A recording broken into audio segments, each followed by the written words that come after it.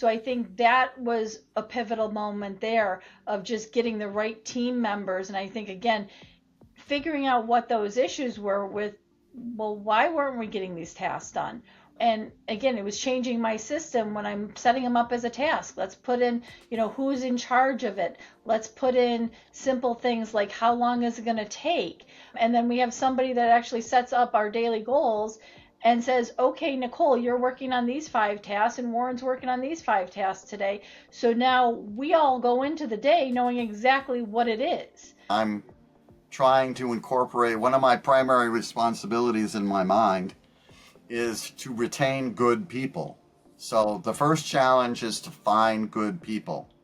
And that's still a challenge for us. And we might be doing 10 or 15 interviews a week right now. And it's still a challenge. And we found out that people lie. I'm sorry. I had to come out and say that, but people, or maybe they deceive themselves. I don't know. But the people who present in the interviews are different than the people that we hire. And that just happens.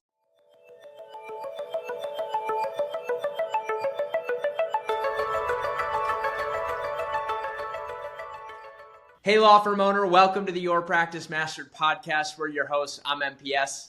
And I'm Richard James. And MPS, what a great show we have. We have a husband and wife team, recently decided to work together, law firm owners that they've gone from, small and solo, really doing it all herself, to now growing into a much larger concern. And we're going to hear the journey and learn as to whether or not they're enjoying this new process. But Nicole has been a member in our world for many years. I consider her and now her husband, Warren, friends. Warren and Nicole, welcome to the program today. Thanks for being here. Thanks for having us. Thank you. Of course. So Nicole and Warren, you guys can answer this individually if you'd like, but we like to break the ice a little bit around here. So let's kick off with something that maybe not everyone knows about you. Oh, that's an open-ended question. I love the practice of law. I like being a business owner. I really prefer to love being a business owner, and that's my goal, so that I can get out of being a lawyer full-time and actually getting more money and spending more time with my family. And I love animals. How many animals do you have at the house? I have 2 dogs. 2 dogs. All right. Well, I have my first dog ever as an adult, and she's been with us now for 9 months, and she just took a crap on the floor about an hour ago. So I don't know how to stop that from happening. So maybe you can help me. It's about a 1.5-year process. Okay, that's good news. Great. Warren, how about you? I'm an ordained pastor, a prolific writer, and I run a faith-based website. Writing helps me relax and clarify my thoughts. And there's so many, and they often seem disjointed and running in different directions. It helps me to impose order on chaos. I don't know that I would have guessed that. I knew that. I think you'd shared that with me once before, but you're so good technically. I would not have expected you to be so good in the written word as well. So that's pretty cool. And of course, as a faith-based company, I love that you have a faith-based life and faith-based podcast, or website. But yeah, why do you think, are you just born that way? Did you work at being prolific in both areas? Because you're really good in both. I don't want to turn this into a religious show, but, I think all gifts are from God. And, over the needs, the organizations, the churches I've engaged with have had needs, and we haven't had anybody who could do them. And, here I am, and I get a gift and I can do it. So, I'm very wide. And I'm not deep in everything, but I'm deep in a few areas. But, I get what I need for what I need to do today. Well, if you ask MPS, he would tell you I'm an inch wide and a mile deep. So we're the opposite, you and I. But the areas that you're good in, you're really good in. There you go. Thanks, man. Appreciate you. Yeah. So, Nicole, why don't you kick this one off? So why don't you walk us through kind of the high points of your entrepreneurial journey as a law firm owner, and then, when you and Warren made the decision to come together in this journey? I think I've been in business for myself since 2008. So it's been a little bit of time. And it's been a struggle. And then I met you guys, and it actually grew much more than I ever thought it would. I could actually afford another attorney and another paralegal, and now I can afford my husband, who's not cheap. But I could afford these things because I actually have that better marketing skills and a better business development and mindset that I didn't have before. So that's what's allowed me to grow from where I was to where I am today. So congratulations to you. Thank you for telling us, or giving us credit in whatever form. But at the end of the day, we meet hundreds of attorneys every single month. We just met 26 of them yesterday, and many of them don't do anything with the information we give them. And so you get all the credit in the world for implementing, Nicole. I'm curious, was it like necessity was the mother of invention? Like it was like, I'm sick and tired of being sick and tired of it not working. I'm just going to figure this out. I'm a reasonably intelligent human being, and I could figure this out if I just go to find someplace that could tell me how to do it. I could follow the instructions. Or was it this burning desire inside of you to want to be more of a business owner? Neither. It was a complete fluke. It was actually a paralegal of mine that said, hey, you should read this book. And that's what actually started it. And that's what got me to, why am I working 60 hours a week and not doing anything and not having a life? And oh my God. And I think, adding Warren into the mix was kind of simple because all of a sudden it was him talking about hating his job. And I said, why don't you work for me? Because I could figure out now how to pay him to do that. Right. And he actually jumped on it. And I went, oh my God. I was not expecting that answer, and then I didn't know I needed him until he joined. And then I went, oh my God, this is so much better. That's great. Warren, was it a similar experience for you? Yeah, she loves me for my scripts. I was excited to come and help her with her problems. And, she got processes that she's spending, 4 hours on, and I spend 4 hours write a script. And now all of a sudden it takes 5 minutes. And she gets really excited about stuff like that. I like doing IT stuff. So for those that are not computer literate, when you say scripts, it is a basic program you're writing that allows things to run in an automated version. Correct. Yeah, I hate repetitive manual tasks. They drive me crazy. When she pulled me in and says, I need you to do this because I don't want to do it anymore. And I said, heck no, I'm not going to do that. And I wrote a script, and now neither of us have to do it. So that's what I love. So it's a pleasure to work here every day, and I get to see her, and somehow our offices are on opposite sides of the building, it seems, but we can still take the 45-second walk and see each other if we need to. Well, I'm actually going out on a limb here. I don't know the answer to this. So you came from an IT background, and she recruited you to come into the firm to start helping with some of this stuff. Is that right? Yes, I was the Chief Information Security Officer for a Manhattan financial company. And, I'd been in IT for 30 or 40 years, back since the early 80s. I don't know if you remember the early 80s. We didn't have the internet back then. We had something called ARPANET. Do you remember ARPANET? I was on ARPANET when it, the precursor to the internet. But yes, so yeah, I've been from IT, and I've been helping her ever since, but I was just working on weekends, but now I'm in a full-time position, and she's got me trying to manage people, and that part is hard. People are like cats. It's like, trying to get them all together and to go in the same place. And I don't have that part down yet, but I'm working on it. You can't write a script for it. I can't. No scripts to manage the people. People are hard. People are messy. So it's no surprise. That's the difficult part coming from the background that you had. What's the experience been like working in a firm now? Do you enjoy it? Oh, it's a lot of fun. I love doing the coding. This flow, am I allowed to say flow yet? Oh, Yeah. sure. Yeah. The flow is really exciting, because from IT, we do the Scrum Agile, which is the precursor to flow. And, at the current place, we've been doing that for 5 or 10 years. And I don't think we ever did it right. But every time I said that, everybody, we're doing it fine. You can do it however you want. And, it allowed everybody to be lazy and do pretty much whatever they wanted. We really didn't do stand-ups the right way. We didn't do anything the right way. And now that we're trying to implement flow in the law firm, we're actually trying to do it the correct way.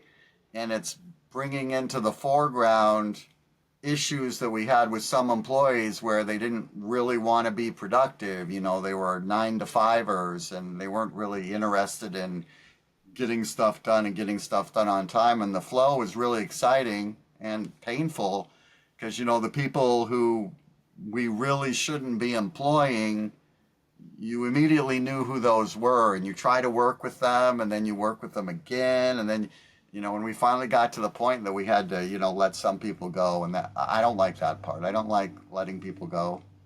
But, you know, I like flow, and, you know, I like that it's, you know, we're making more money, you know, because money pays for the benefits and pays for the rent and gives us all salary and makes everything go. So we got to keep the money flowing.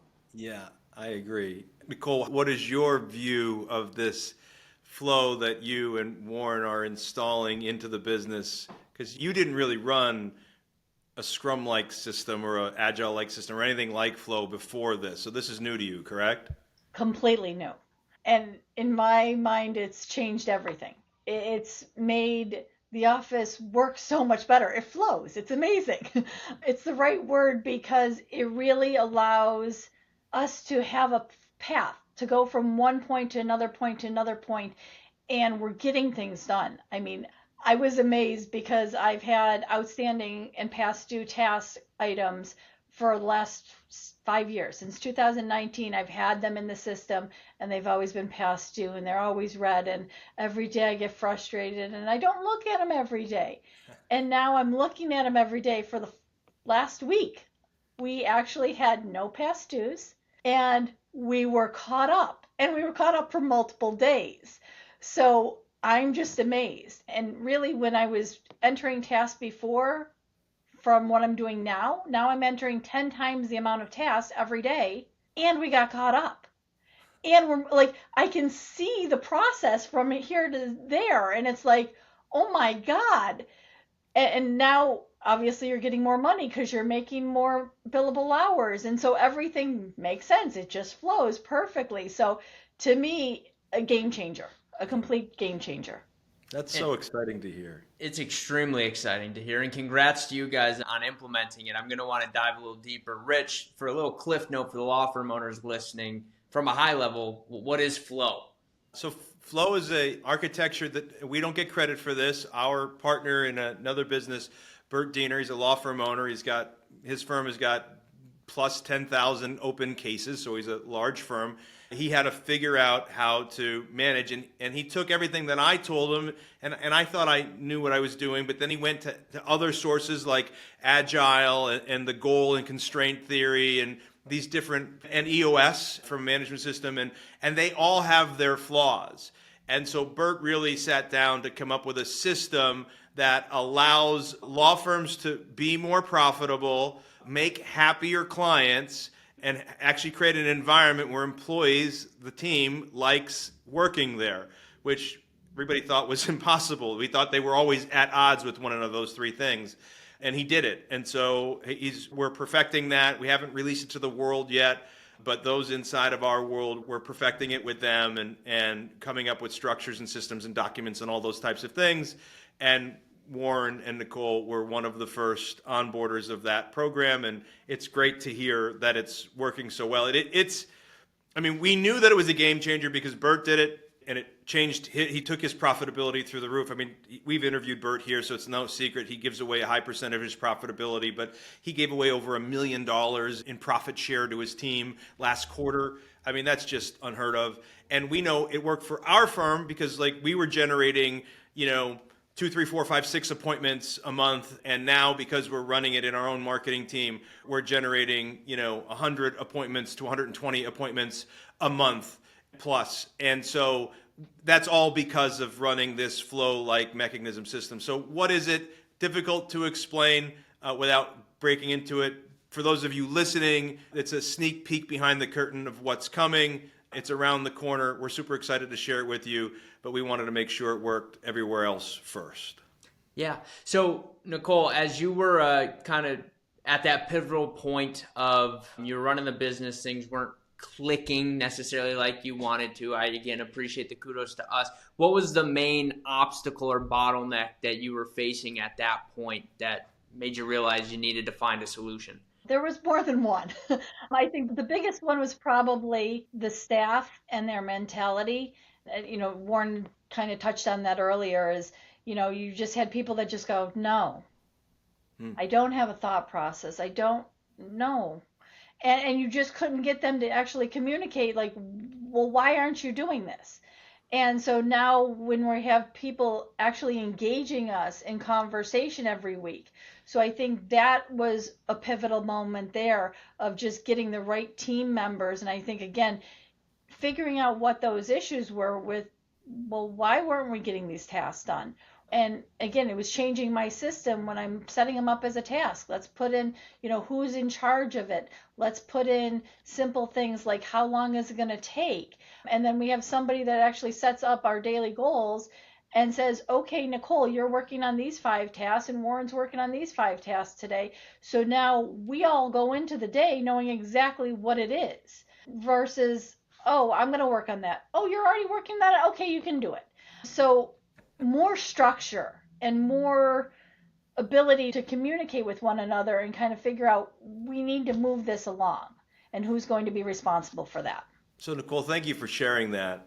Let's speak to this attorney that owns a law firm that's listening right now, that's going, I don't even know how to keep a staff person. Like, I get them and they leave or I fire them. Like, I just can't seem to keep anybody. Why do they keep quitting? Have you experienced that? Oh, to the nauseum. Unfortunately, that has been a big issue. And a lot of it has just been dealing with people that I want a handout. I want to be an attorney, but I don't want to go to court. Or I expect the paralegal to do all my work for me, and I just walk in and I'm a sounding board. Or you have the paralegals that go, oh, I don't really know how to do that. I have a certificate, but why don't you teach me? So I've been through all of that, and it's hard. It is definitely a lot of interviews, a lot of weeding out, a lot of those things that, again, don't feel good, and yeah, you've got to get rid of them or they've got to step up to the plate. But we've gotten new people, and they're excited, and they're engaging, and that's really what you're striving for.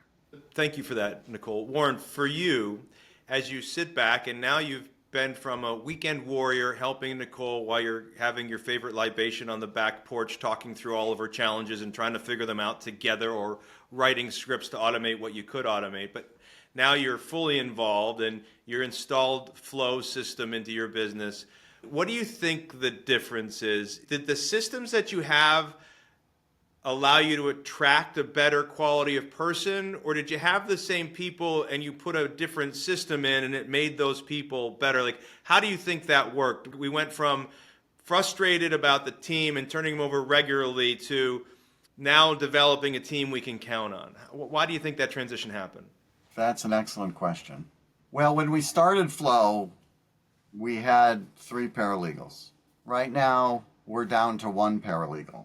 So Flow led to us either getting rid of the 2 paralegals. So right now, we're in a better position with a smaller team, which is more efficient.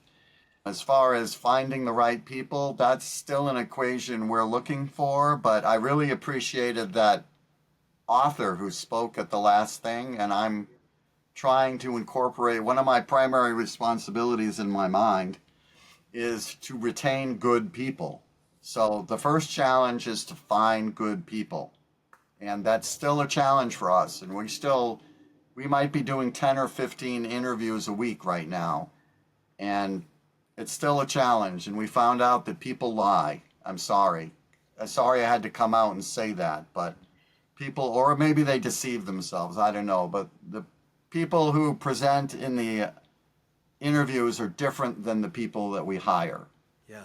And that just happens, and we're used to that now. I am looking forward to finding the right people, and when we find the right people, I am going to retain them. I'm working on good benefits. We're working, on team working events. We're sending boxes to offshore people to retain them. We're playing theme songs or walk-on music. We're trying to implement everything. And we're trying to make Reeves Lavallee the most positive employer that they've ever come to and the last employer that they're ever going to come to. We ask them what their goals are. We're going to help them make their goals. We're turning them into loyal people. At least that's the plan. And right now it's just a plan because we haven't delivered yet. But I'm excited to try to deliver on that. MPS, I don't know if you saw it, but as standing back watching this happen, right? First of all, I'm watching Nicole's eyes light up and there's smiles, and it's something that it just makes me warm-hearted inside. But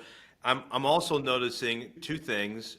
One, MPS, comment on this if you'd like, but one is that they went from being really frustrated with bad employees to now wanting to build a system to reward and celebrate their team. And two, I think that what I heard Warren say, and tell me if you think I'm wrong, is that, yeah, you want great people, but until you have a great system to operate the people that you have, you'll never really know who's great. And so now that they have a great system that's operating and they're most efficient, now when they plug somebody in, they can have confidence it's not the system that's broken, it would be the person that's not the wrong person. Michael, do you agree with that? Yeah, I absolutely agree with that. And it's the beauty of, well, it's the beauty and the dark side, right, of implementing a system like Flow is the superstars shine and the ones that don't are exposed.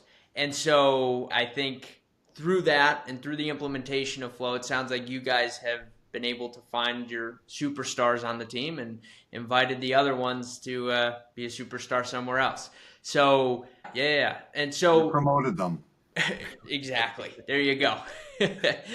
So you guys are currently, you identified that you were having issues with team and people, and you implemented a system to do so, and it's been working. So, I mean, what's got you guys excited? What's got you fired up? Could be business, could be personal, could be both. I think from my perspective, it's that we were down an attorney for the last 5 months, and it didn't hurt us.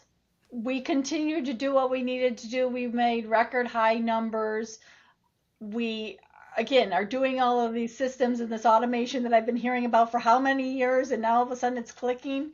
So it's one of those things that we, like you said, we've got better people. We're working smarter, not harder. And so we're making so much progress. And that to me is super exciting. It's not, I'd love to have the dollar amounts work in my favor as well.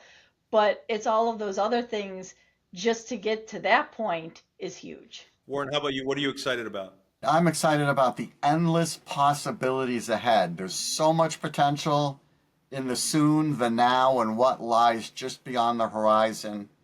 What we're building today is paving the way for something even greater tomorrow, and that's incredibly exciting. It's about moving forward with purpose while staying open to unexpected opportunities that seem to arrive just at the right moment. Can you tell that was pre-written? No, that's great. That's great. That's good. Just like a smart teacher once said, I know the plans I have for you, and they are for you to prosper. And I'm excited about that for both of you. That's true.